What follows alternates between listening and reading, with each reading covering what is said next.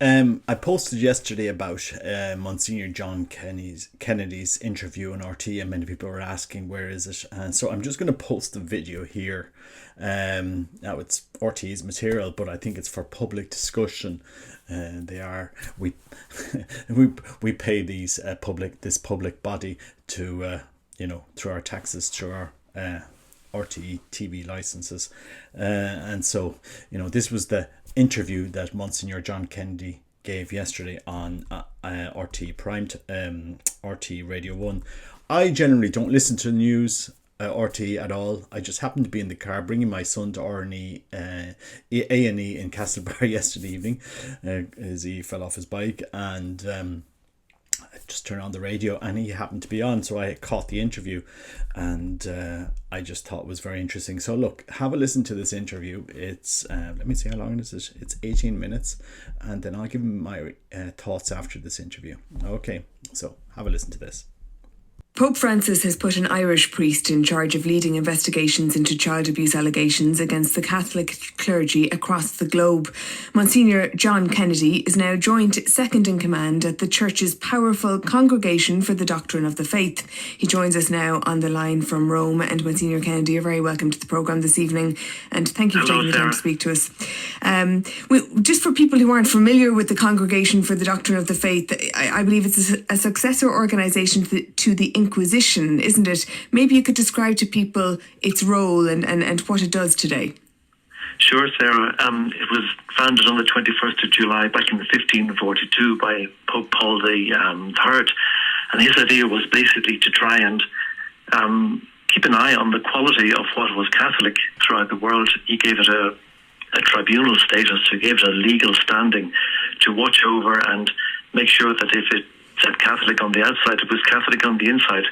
And it's been looking at content of the faith since that time, particularly in the time of the Reformation.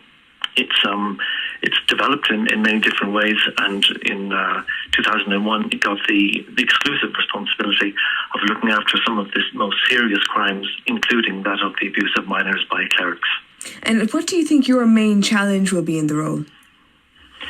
Well, I'm a product of the Irish Church. I'm the son of an Irish family. I grew up in Dublin and was ordained in 1993, so I've lived at first-hand the whole impact of all of this. It's been a sad and challenging and kind of a very, very anguishing story. And what I bring to the job is first-hand experience of the impact of what child sexual abuse and other crimes as well can have on the lives of individuals, families, faith communities, and on society at large. And it's my commitment to the Holy Father and to the office, to the congregation, to do my best to protect children as we move forward in this ongoing work. How would you assess where the Catholic Church is right now in terms of dealing with clerical child sex abuse? We've come a very long way, but we've a long way to go as well. And I admit that very honestly and very readily. There are some countries where huge steps have been taken. I'm thinking of the States and England. Ireland as well has made enormous strides. But there are countries where it's still, it's still just beginning to emerge. And there are some countries where we don't even know, has it even emerged yet? I'm thinking, for example, of emerging situations like Poland, the Philippines, and countries of Latin America, and different parts of Asia, where there's still some reticence in terms of coming forward. But a lot of people are finding the courage, and I have to say, much of this is due to the courage also of journalists who've helped people to find their voice. So it's been a very, very positive thing. I think it's a very positive thing that people will come out and say, this happened to me. Some people were afraid. Some people felt they couldn't find the voice to actually come and say this because they felt they wouldn't be believed. Mm. And in many instances they weren't. Absolutely, they weren't. But now, over the last 20 years, we've been striving, and we continue to strive to say, if this happened to you, you will get a fair hearing. How many active allegations of clerical abuse is your office dealing with at any particular time? We have been approaching about 1,000 allegations per year Not all of them involve the abuse of minors. Some of them involve the other areas of responsibility that we have. Because, I mean, it's really hard to believe that you could even think about committing a crime while celebrating a sacrament. And we have other crimes which involve the area of the Eucharist and also the area of confession. But the vast majority, about 75 or 80% of all the allegations involve the abuse of minors or a vulnerable adult. And if I can just maybe explain to your listeners, a vulnerable adult in our terms is a person who has the imperfect use of reason in a habitual way. So a person with a severe mental disability, even though they might be older than 18, but they're considered to be a child. And what sort of penalties then do you have available to you under canon law to punish priests who abuse children?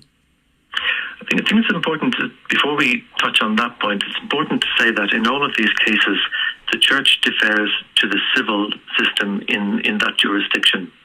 And so we can't actually touch a case until the civil case has actually done its work, which involves sometimes the payment of compensation, or it could involve a prison term or being put on the child sex offenders register. When we get often the acts of the civil case, we can then investigate our own process, and we have a range of possible penalties and limitations and restrictions, from literally not presenting yourself as a priest anymore, not celebrating anything public, not being in the presence or the company of young people, right up to dismissal from the clerical state, losing the clerical state completely, and therefore no longer being a cleric. Okay, so if a priest is found to have sexually abused a child, is he automatically removed from the priesthood?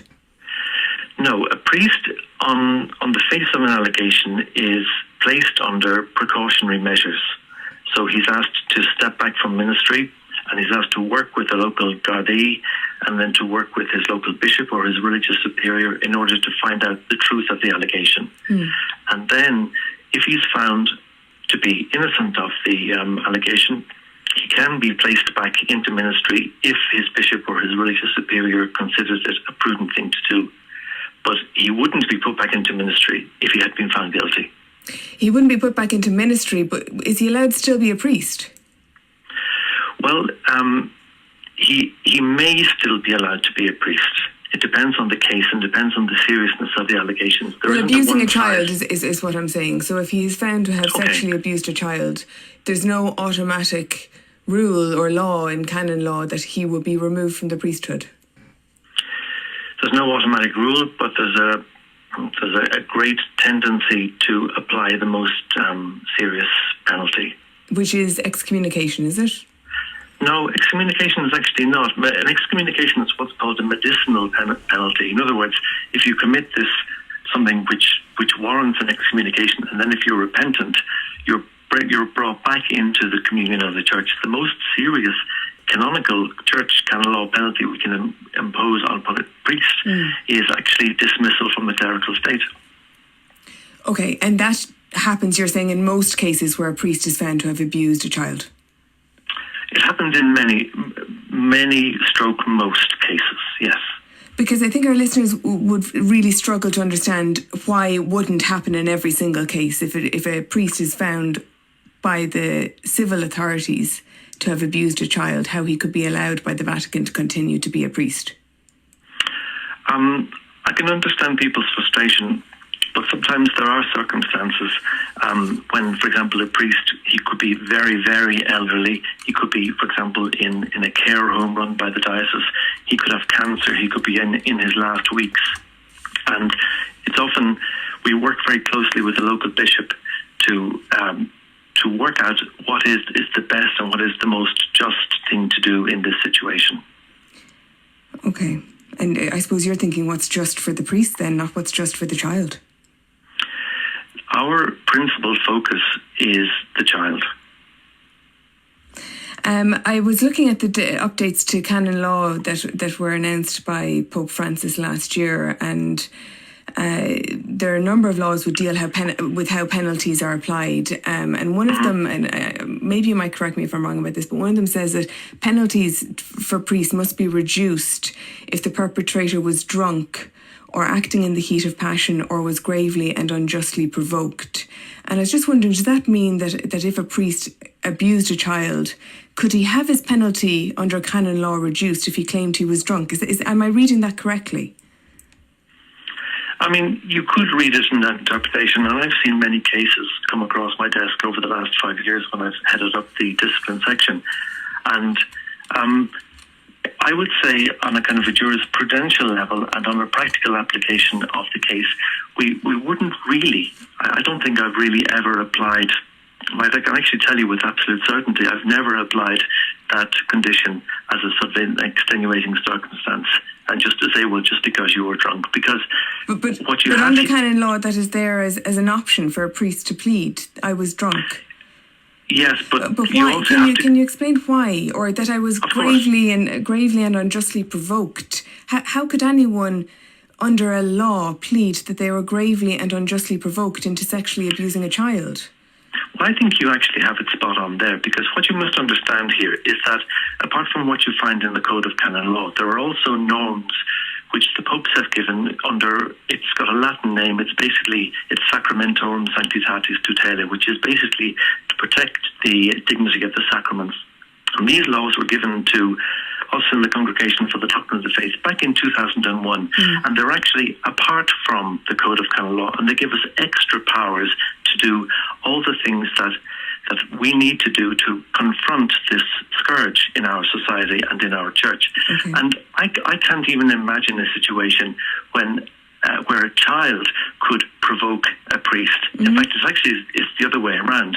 It's the priest who puts himself and puts the child in a position of being able to be abused, and not the other way around. And sometimes in cases, I've actually read priests, I mean, scurrilous really when you think about it, who said, well, the victim or the child came on to me. And I mean, that's just not true. A 16-year-old doesn't come on to a 64-year-old priest in a sexual way. It's the other way around. So no matter what people say, and no matter what way you tend to read the canons and place one against the other, our laws are very clear, and these are the laws that we apply. Okay. You've been working in this area for 5 years at the Vatican. Can you tell us how many removals from office have you seen in that time? I don't have the statistics at home with me at the moment. I'm actually at home. I ditched out of the office early today because I had to take a train, and on the way home, and the trains got full of tunnels, so I wouldn't be able to actually keep a conversation going with you. Okay. But I mean, 10, 50, 100, 1,000, a general range. In terms of dismissal, we're probably looking at. It's off the top of my head, Sarah, but I'd say it's probably something in the region of maybe 30%. Maybe 30%. 30% of what? Of all cases, end up being dismissed. Of all cases of what? Of all cases of priests who have been found to have abused children?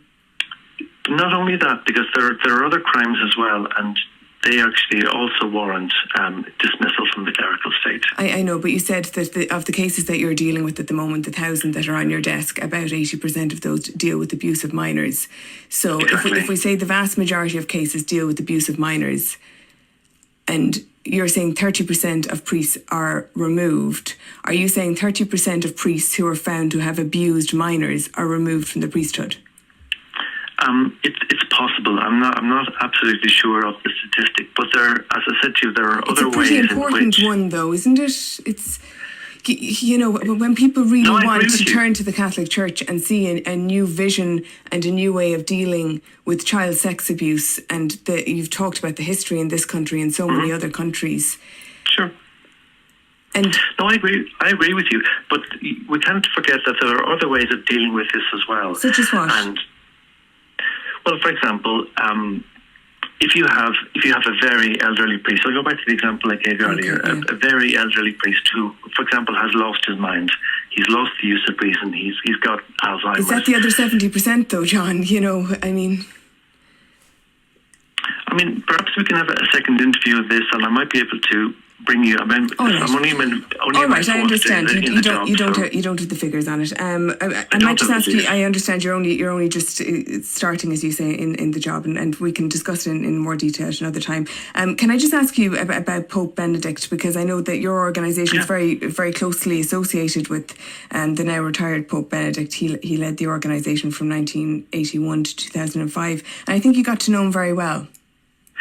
I got to know him because I was a student at the Teutonic College, which is a German college inside the Vatican City State, and he used to come to us for Mass every Thursday morning and lived there for 8 years, and then I worked with him for 2.5 years when he was the prefect, and then he became Pope. And what's really interesting about him is people always have a view about him. They either like him or they don't like him. And I was kind of very afraid to go and work with him because he has this huge reputation. But as soon as you meet him, you'll find that he's quite the opposite, in fact, of what people say about him. People say he's distant and cold, removed, Germanic, not interested in people. He's actually the opposite. He's kind, meek, shy, an incredible memory, an incredible ability to synthesize and to summarize things, and a memory that would just...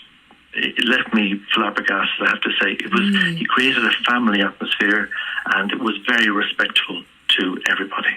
Because you will be aware that just 3 months ago, a report of a church-commissioned inquiry found that he protected abusive priests by failing to discipline them. He allowed them to continue their ministry. That report identified 497 victims of abuse. He denies he was aware of what was happening at the time. His memory doesn't seem to have helped him there.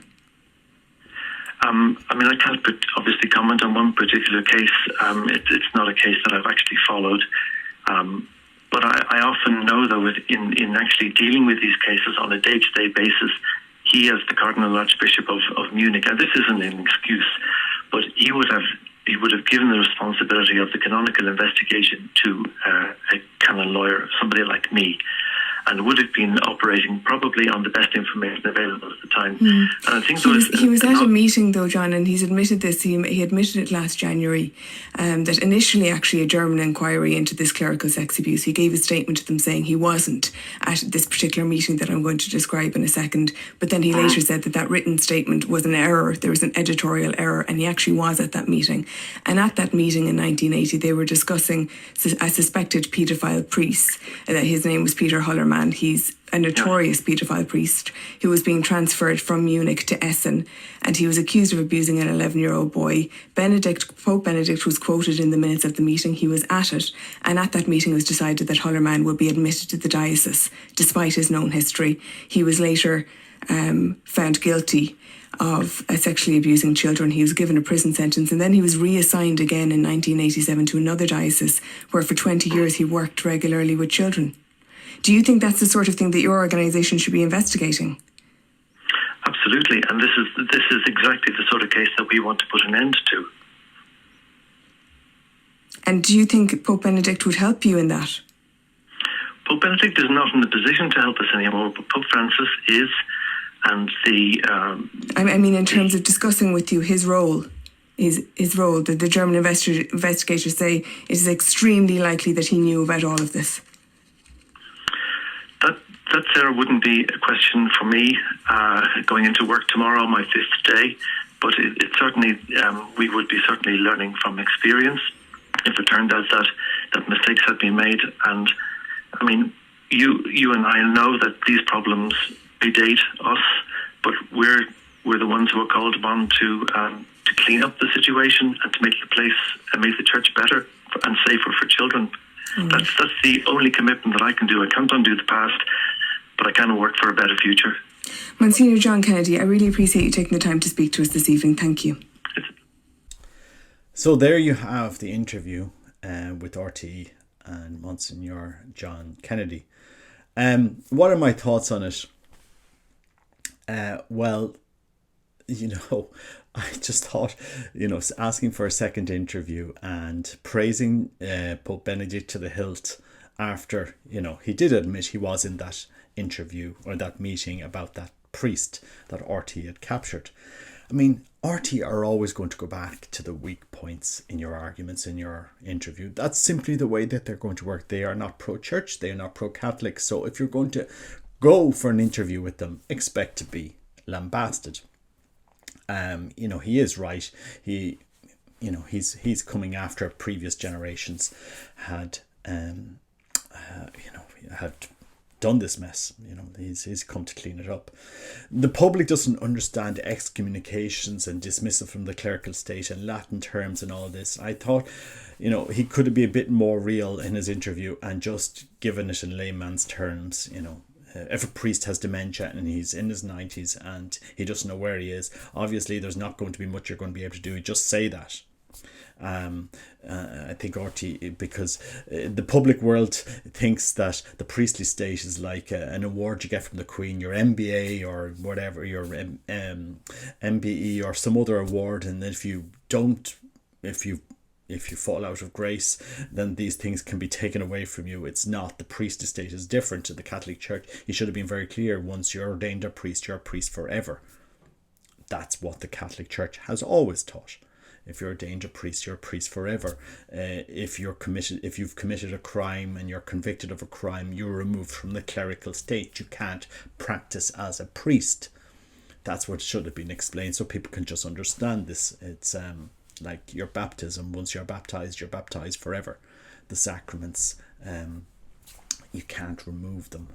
Once they've been once a sacrament has been performed, it remains in place. Once the Eucharist is consecrated, you can't unconsecrate the Eucharist. You can't unconsecrate a priest.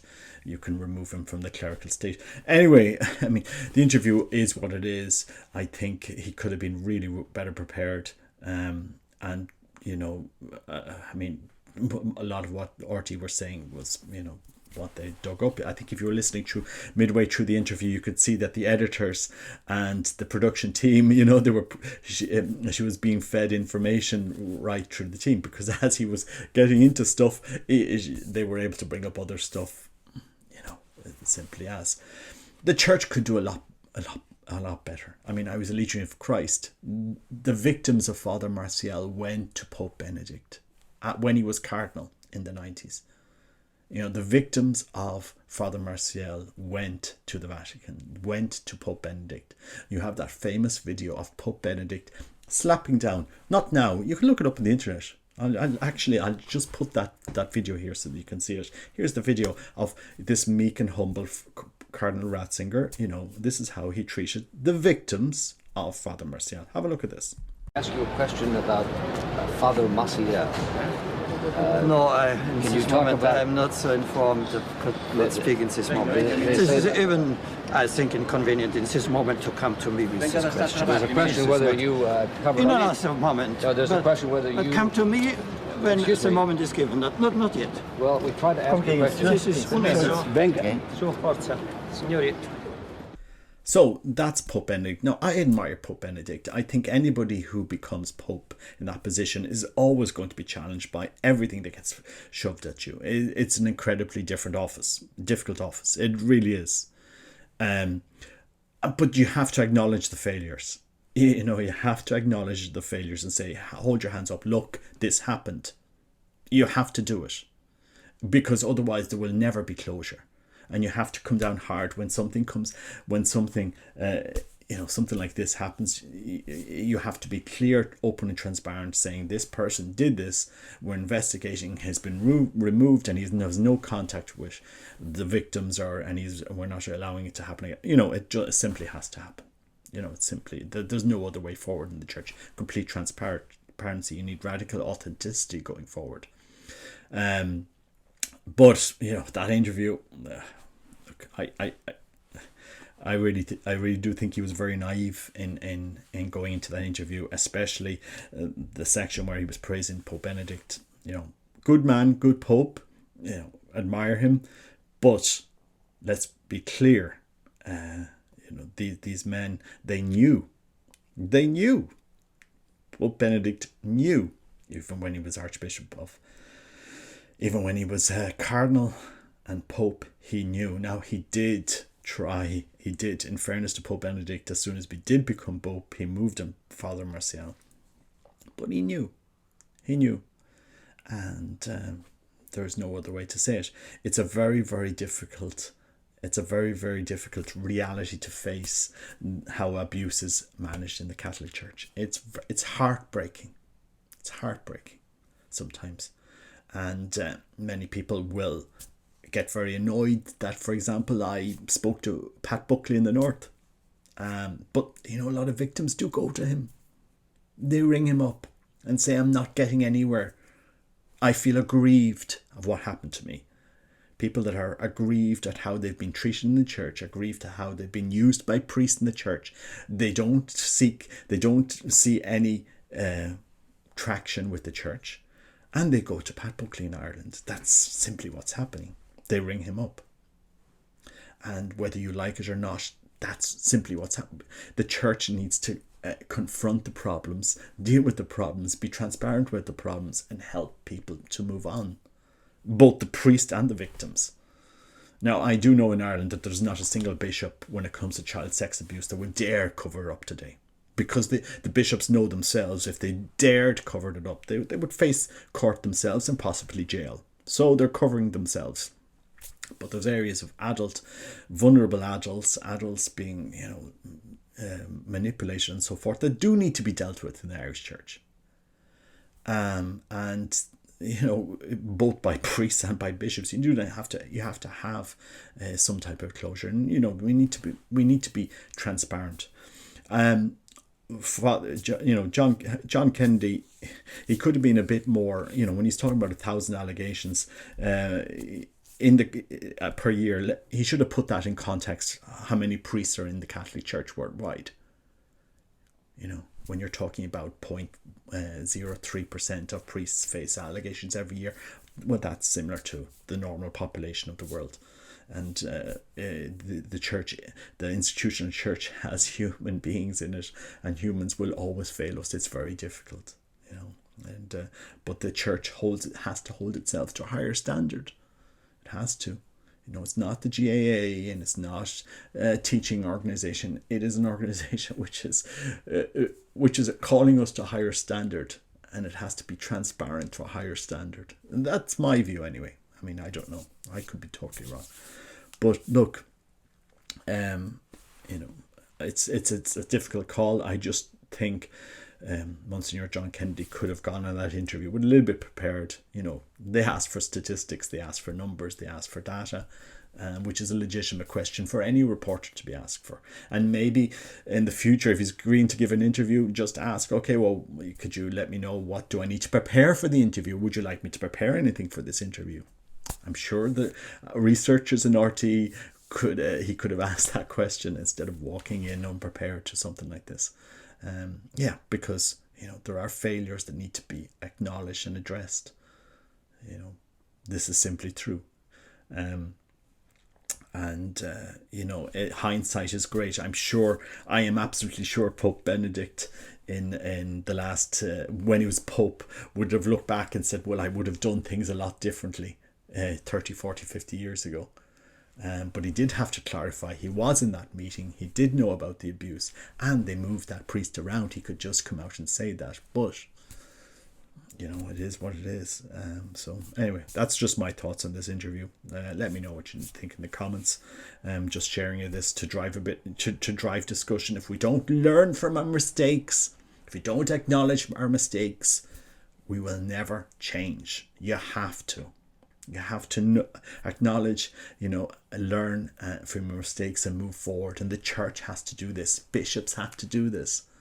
Priests have to do this. If a priest has fallen, if a priest has abused somebody, if a priest has had affairs, whatever, you have to acknowledge these things and move forward in your life. Because being silent sometimes and refusing to engage won't get you anywhere.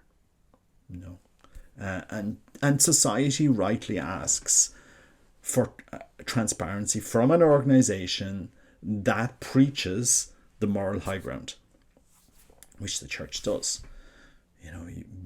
the church has preached that life begins in the womb, that life is precious, the church's teaching is what it is. Well, then we have to, if we fail in this, we have to be transparent and open and honest, and not just move forward as if we can and not just move forward thinking that society is going to respect silence anymore. It won't. Anyway, God bless. Take care. Bye bye.